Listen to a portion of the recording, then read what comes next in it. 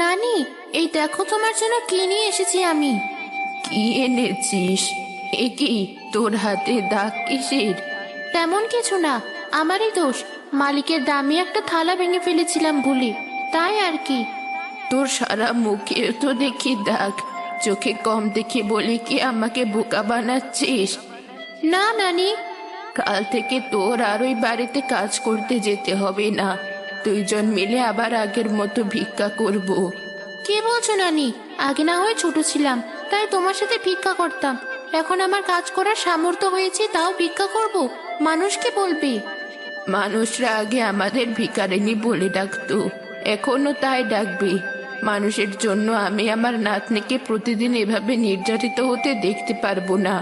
ভিক্ষা করলে অন্তত তুই আমার সাথে থাকবি। কিন্তু নানি। আমার কথা শুনবি না তাই তো আমাকে একা রেখে মানুষের বাড়িতে যাস কাজ করতে, আর আমি চিন্তায় থাকি তোকে নিয়ে। একদিন হয়তো বাড়ি ফিরে দেখবি আমি তোকে না বলেই এই দুনিয়া ছেড়ে চলে গেছি। নানি, তুমি এভাবে বলছো কেন? ঠিক আছে, আমি আর যাব না অন্যের বাড়িতে কাজ করতে। এই তো আমার লক্ষ্মী নাতনি, আয় তোর আনা মিষ্টিটা দুজন ভাগ করে খাই।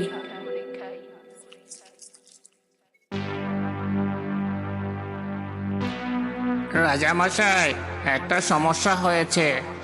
কি সমস্যা? রাজকন্যা যে ঘোড়ার গাড়িতে ছিল সেই গাড়িটা খুঁজে পাওয়া যাচ্ছে না। বলো কি, আমাদের সামনেই তো ছিল গাড়িটা, হঠাৎ কোথায় উধাও হয়ে যাবে? ভালো মতো আশেপাশে খুঁজে দেখেছো? জি রাজামশাই, সব সৈন্যদেরকে চারপাশে পাঠিয়ে দিয়েছে রাজকন্যার গাড়ি খোঁজার জন্য, কিন্তু কোথাও পাইনি। মানে কতক্ষণ ধরে রাজকন্যার গাড়ি খুঁজে পাওয়া যাচ্ছে না?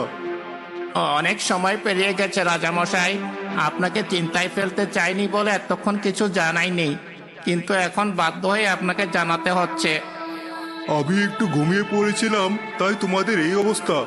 যা করার আমাকেই করতে হবে। সরো, আমাকে আমার গাড়ি থেকে নামতে দাও। জি রাজামশাই।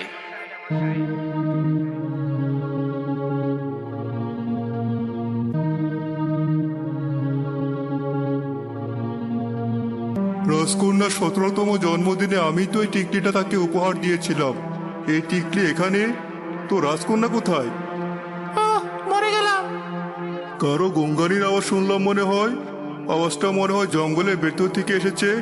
যাই, জঙ্গলে গিয়ে দেখি। রাজামশাই, আমাকে আর রাজকন্যাকে বাঁচান রাজামশাই।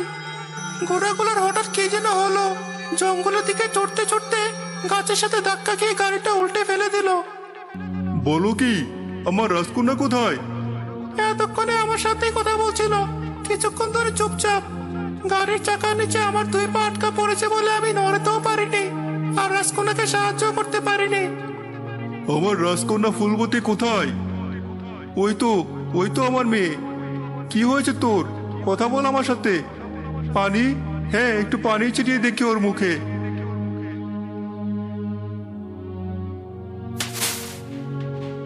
বাবা, তুমি এসেছো। আমি তোমার জন্যই অপেক্ষা করছিলাম। শেষবারের মতো তোমাকে দেখার ইচ্ছা পূরণ হলো আমার। তুই এসব কি বলছিস মা?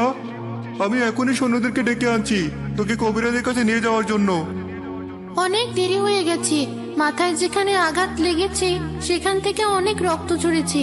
আমি মনে হয় আর বাঁচবো না, কিন্তু তার আগে আমি চাই তুমি আমাকে একটা কথা দাও। কি কথা? যতদিন সম্ভব তুমি আমার মৃত্যুর খবর মায়ের কাছ থেকে লুকিয়ে রাখবে। বড় ভাই যুদ্ধক্ষেত্রে গিয়ে মারা গেছে, বেশি দিন হয়নি। এখনো সেই শোকে কাটিয়ে উঠতে পারিনি মা।